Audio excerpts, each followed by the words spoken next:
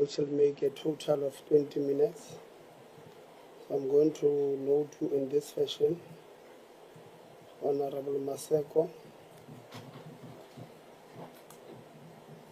Honorable Khabo, Honorable Musezana, Honorable Souls, Honorable Low, in that format. Mama Maseko, 12 minutes, that's now. Okay. Thank you very much. And for our colleagues that have given us the responses from the engagements and the oversight, thanks for the responses and your presentation. Maybe the first question that I'm interested to hear is for the Ombudsman. Now you have the institutional forum, you have the board, and now there's a suggestion of the Ombudsman. What is it that is going to do that will add value in the research that you did for the universities? Is the interaction nature?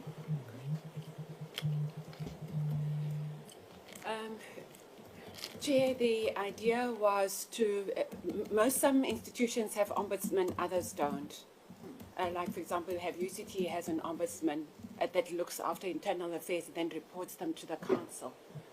But we felt, at least not we, but the report recommendations from the CHE is that an ombudsman would be independent of the universities and make recommendations directly to the department. That was the idea, setting up the National Ombudsman, where the almost provincial versus national, but the national structure working more closely with the department, because the ones that are located within the universities are seen not to be as independent. That was really the idea. But it's recommendation still. Okay, so from the presentation, it says a decision was taken at the Ministerial Management Committee that there is a need to establish National Ombudsman Office for higher education to deal with the complaints. Now, I'm asking this because you've got the advisors in the board and you've got the institutional forum. And at the same breath, you say you don't want to look like you're taking decisions for the universities, like you were doing the presentation. So what is what? Because now, if you are going to say that the ombuds, they will do something that will add value, that all these structures cannot do. What you have, what's the niche of the ombudsman within what you have identified within those universities that don't have the ombudsman? That's what I'm trying to find out. Okay. For the value that they will add. Okay. So the ministerial committee then was the ministerial committee of the former minister. And they felt that shouldn't this be investigated? And then they asked the CHE, and the CHE then presented recommendations. The perception is that the ombudsmen located within the universities are not effective. I think at the moment you have an ombudsman in UNISA, in UCT, and I think 2 or 3 other institutions, that they are not effective, that they are not demonstrating sufficient independence either from stakeholders or from management. With the UCT one, I think that's the most public one. The challenge there was the ombudsman was not taken seriously by council. So, or the ombudsman was maligned for being vocal. So the idea was, why not have an ombudsman that is completely, that receives reports, integrated framework from ombudsman at universities? You are going so far for the time that is allocated to me that is limited. I'm the same ombudsman that you say it will be like your provincial. I'm trying to find out what's the niche without explaining anything that have gone not okay or that has gone okay. but the niche that you say is going to do that is different. And I'm asking this again because you are the department. You don't run the universities. They've got their autonomy. And after that, you get the budget that we approve. You distribute it to the universities. Yours is just to do the oversight. The complaints that are coming there, you've got representatives in the boards that is appointed by the minister to be the one that come to the minister to say, this is what's happening in different institutions. Now I'm asking again, this ombudsman that will say will be there, what is the niche for that ombudsperson that will be the provincial or national, and is there a cost attached to that ombudsman? Okay. So let me just take a few steps back, Honourable Member. The ministerial appointees don't report back to Minister. As far as I've been in the department, we have not received reports from ministerial appointees. So that juncture, it's not there. It's not there administratively speaking. Now, the idea of the ombudsman is that the independence is such that their supposed independence, as from the CHE report, is that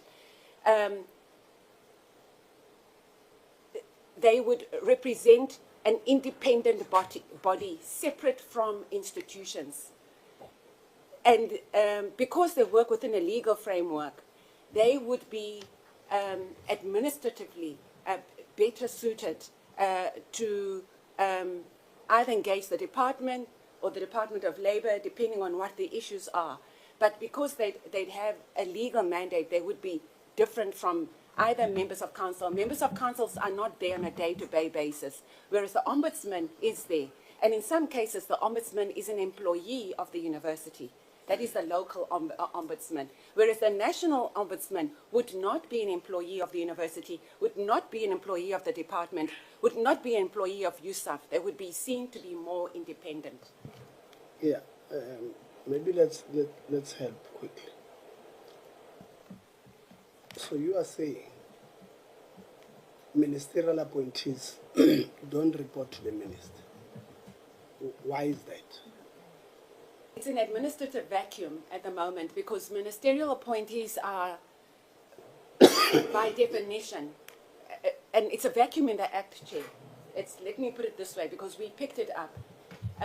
Ministerial appointees do not sign any contractual arrangement with a minister once appointed. They are effectively independent members. The Act is completely silent on the relationship between a ministerial appointee and the minister. It's not administered, it is not contractual, nothing. It's a huge vacuum in the legislation which persists. And in the absence of that vacuum, there is absolutely, as since I've been in this post, there is nothing in place to manage that relationship. Yeah, this is where I wanted you to go.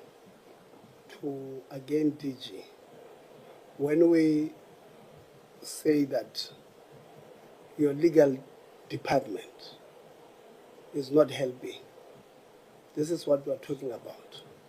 So there's a clear lacuna here that the minister, the same act,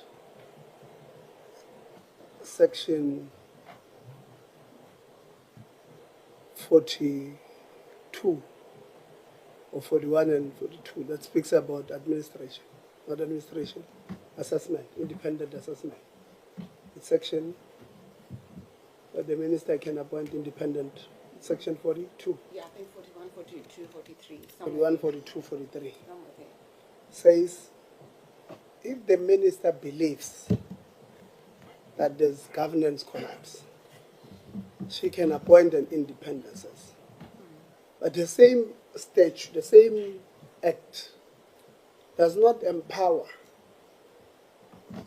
the minister to receive quarterly, monthly, whatever, reports from the same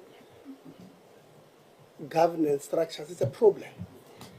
Because how does then the minister, so Melabe no more to see or know that institution will have a problem? Because they're not reporting. That's what the problem is. So when we say, Digi, that is why when we had a strategic session between the committee and the department, and we said, go and do this acts. We say higher education, that this is a problem statement. And this is what the current act says. And these are the shortcomings. And then you allow us to say, let's empower it this way. We had asked you to do that for the same reason. Earlier on in the first half, we showed you the problem with the Skills Development Act. This is another one with that. So when we say it's urgent, it's because these things are going to be a problem and they're going to make your jobs very difficult if we don't tighten, including reporting to the department itself. Because you are giving them so much money that we give you. These universities, you said this financial aid will be 48 billion that we are going to give this, to these universities. Then when you want reports, they will tell you whether they are autonomous. And you allow them. Luckily, we don't allow them. We're not going to allow them.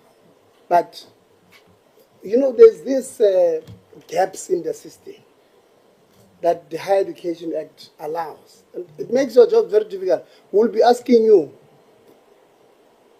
Dr. Sokigwa, the country's plans in 2030, for an example, I don't know what will they be, but given artificial intelligence, will probably be, we want to produce 10,000 AI engineers. I'm making an example. How are you going to do that when you can't?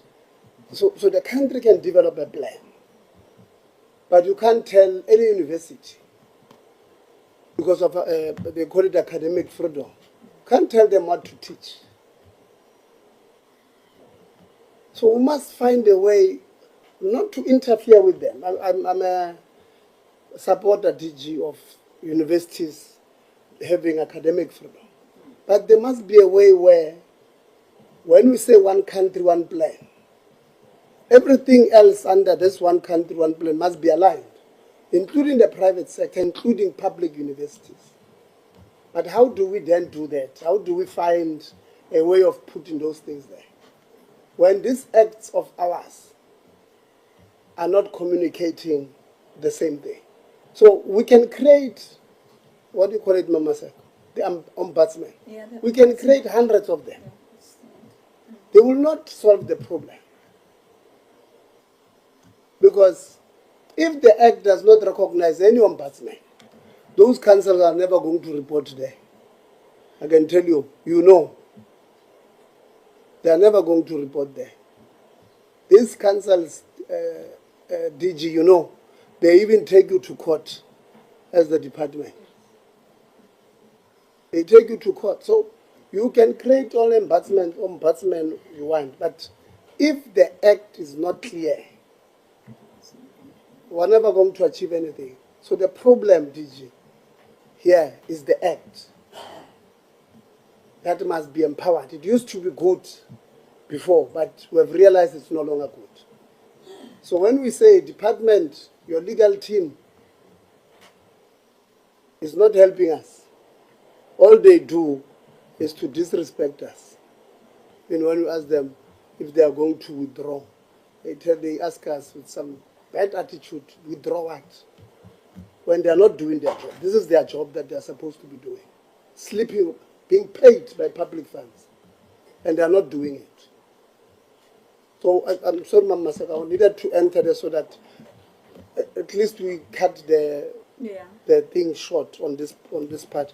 I had paused your time. I'm going to re-pause it. Okay. No, thank you very much. I think I was asking those questions because when we started this term, the first thing we engaged was about the legislations where the department sees the loopholes that we can assist in amending. We needed to have that session for us to do that, rather than creating another position that at the end you are not going to have control of. And if you don't have control of the people that you appoint, minister appoints to even get the report, And then I'm going to be shady and say, even now you're waiting for the report of the appointed administrator of NASFAS. Still waiting for that. So there's a lot of people that you are waiting for the reports. You wish to get the reports that you will never get. So it is problematic. Now you're creating another one that will never give you the report. So that is problematic because it's not working. The issues, again, like Chair saying, that it's in the legislations. Look at the legislation that we can amend that can empower you to do the oversight like you want to do within those higher education institutions. But continuing on the other question, it will be, you talked about the inadequate capacity within the branch, and you talked about the tiredness. Is the position of the HR field in the department now? So how are you going to balance? You talked about how the officials are now tired versus you don't have the HR to fill in the post. How do you balance to achieve that?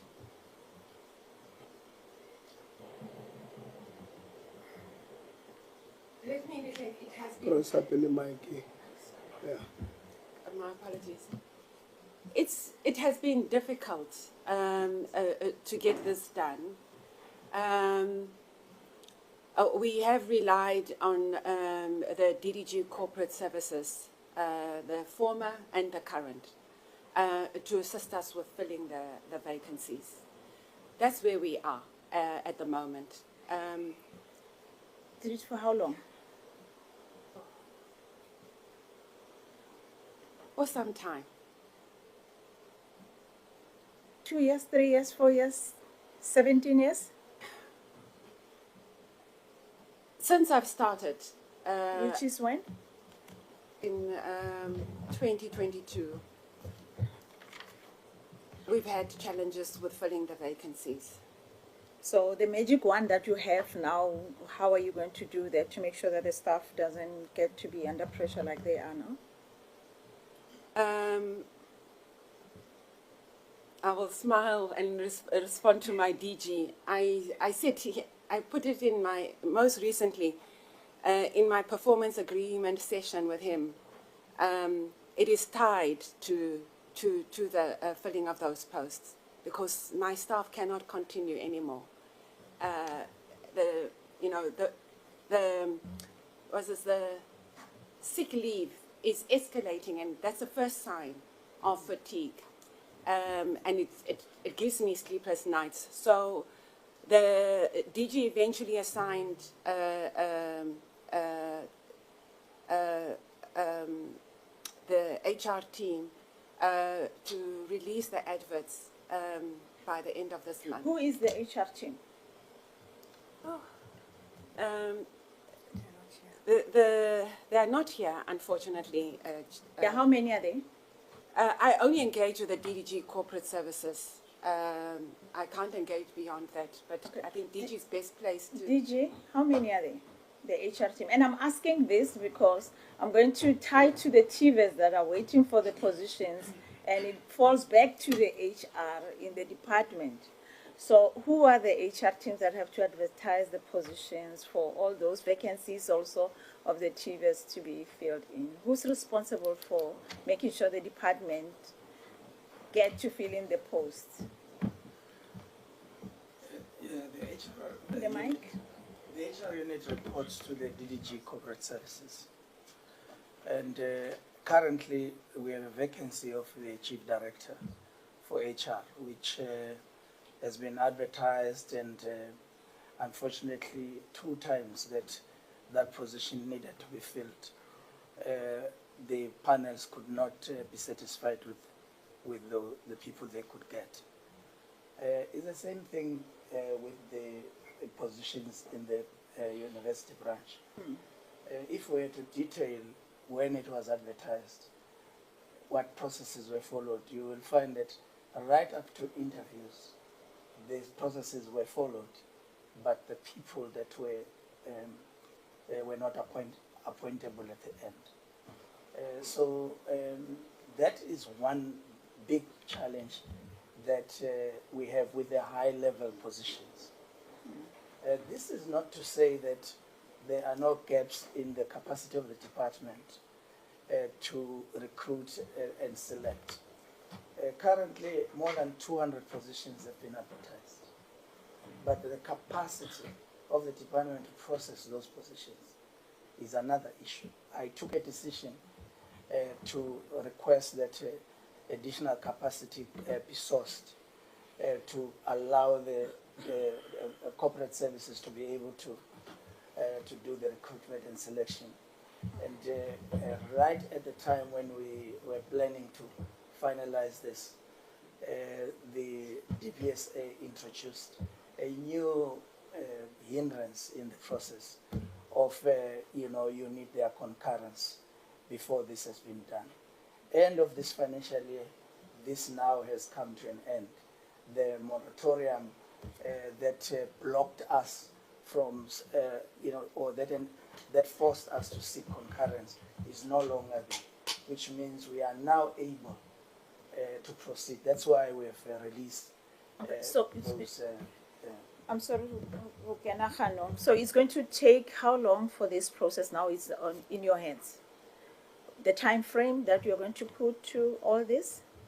We can provide a detailed plan for the filling of those vacancies. Our approach should be that we prioritize selection certain positions, especially the chief director positions are like the key positions that it has taken time, because you need them to strengthen your capacity to further recruit other people. Because if you do not have that capacity, that's a problem. I think if we had time, we will go to the history of this branch. Historically, the high turnover of officials that are in that branch is actually one of the key issues that were there. Since the DDG was appointed, we've lost close to 4 chief directors in that position. Is that all, Martin? Okay. I will come back again. It's going to take long for the response. Sorry. Okay. Yeah, no, I've noted people. No.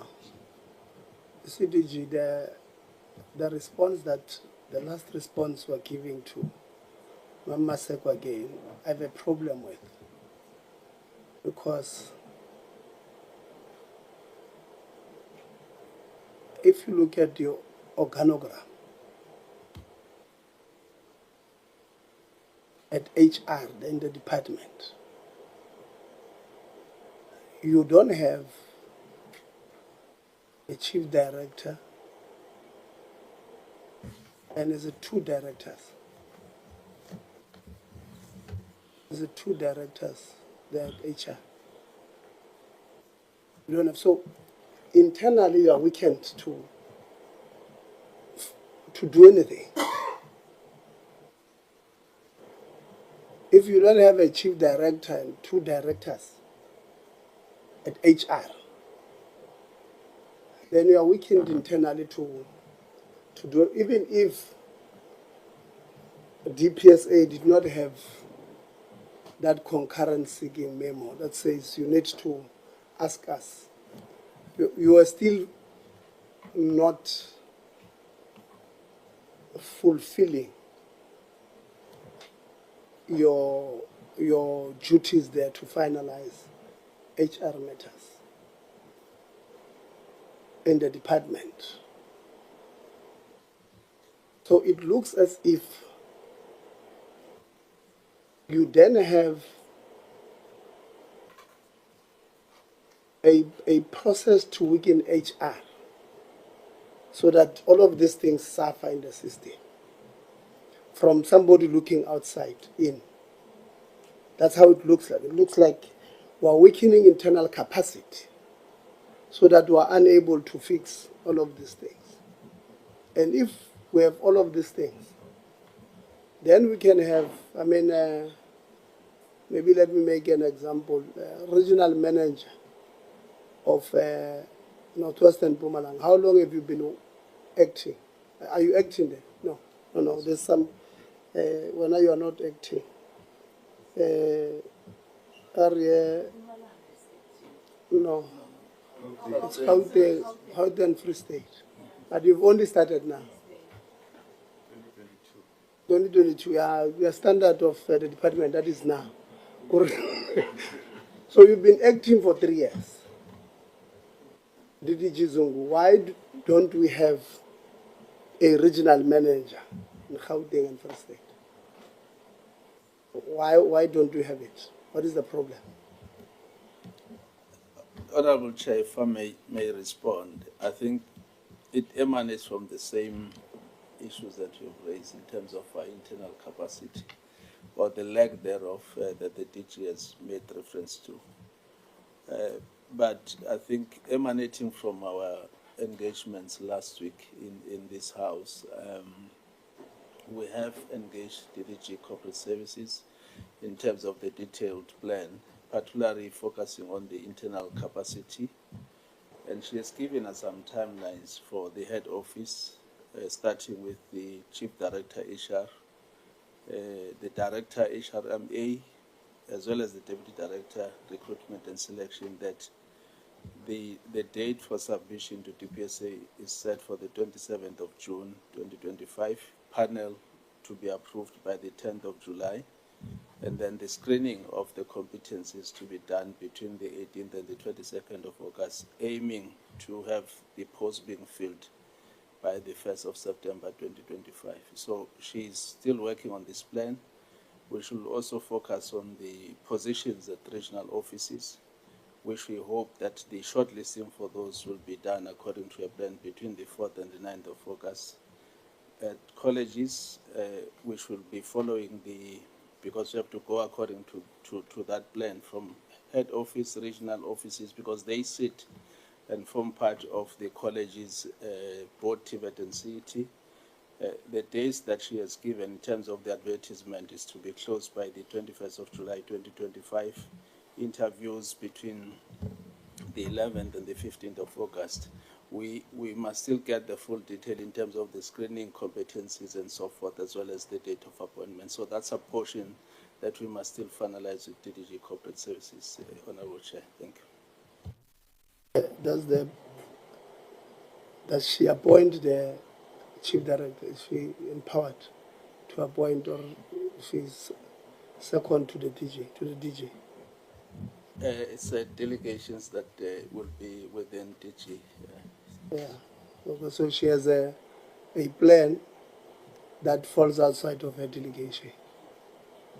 And then tomorrow, when this plan is not done, we must blame her, because it's her who decided to put a plan that falls outside the delegation. She does exactly the same thing that we warned Parliament when we submitted the APP last year.